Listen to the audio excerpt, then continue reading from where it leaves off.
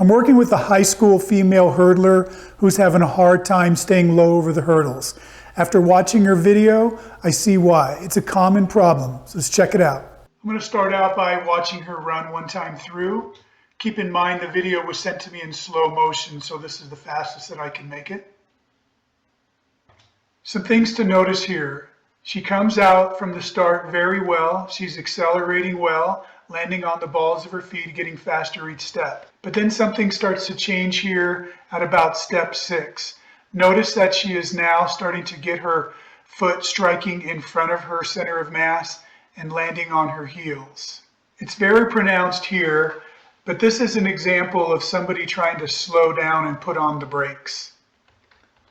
And then the last step before the hurdle,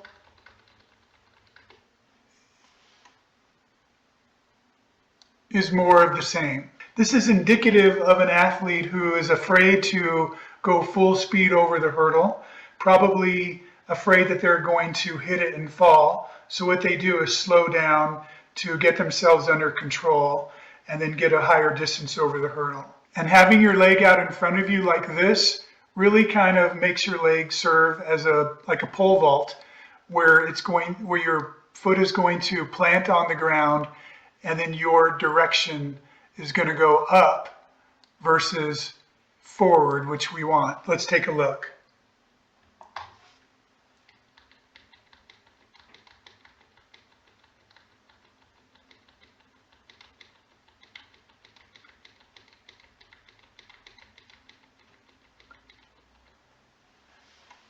Okay, now you end up with this terrible situation of being 12 to 18 inches above the hurdle. You have taken away all of your horizontal momentum and turn it into vertical momentum.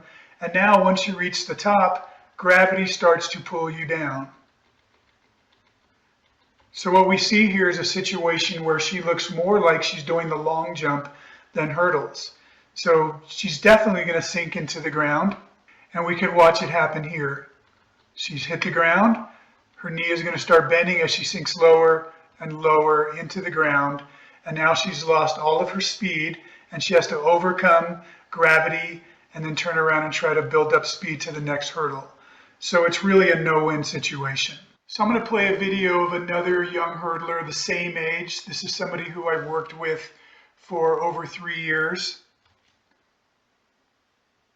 Here's what I want you to notice. First, notice that as she accelerates towards the hurdle, she's also landing on the balls of her feet.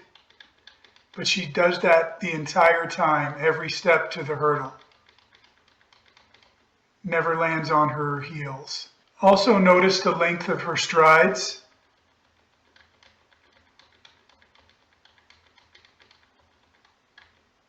So if you notice there, her last step was actually shorter than the previous ones. So instead of having her foot in front of her landing on her heels, she is landing more underneath her body. In fact, her foot hasn't even touched the ground yet. As you can see here, as her foot touches the ground, she's even more under her center of mass. This is what we call a cut step. That's where you take the last step before the hurdle and you shorten it in order to avoid the problem that most hurdlers have. If you take a shorter step and put your foot underneath you, it brings your momentum down and it keeps you low over the hurdle. The other thing, if we watch her lead leg, her heel is tucked under her body and she just now starts to unfurl it. And notice that her knee doesn't get much higher than the top of the hurdle. This is all strategic in order to keep her momentum going horizontal versus vertical. What I recommend for athletes in this situation is just once you recognize the problem is to practice first not slowing down at the hurdle. You might need to practice with a low hurdle until you gain confidence. Maybe a breakdown hurdle that will fall and tip over easily if you hit it, but also no slowing down. Also practice on driving your knee towards the hurdle versus up over the hurdle.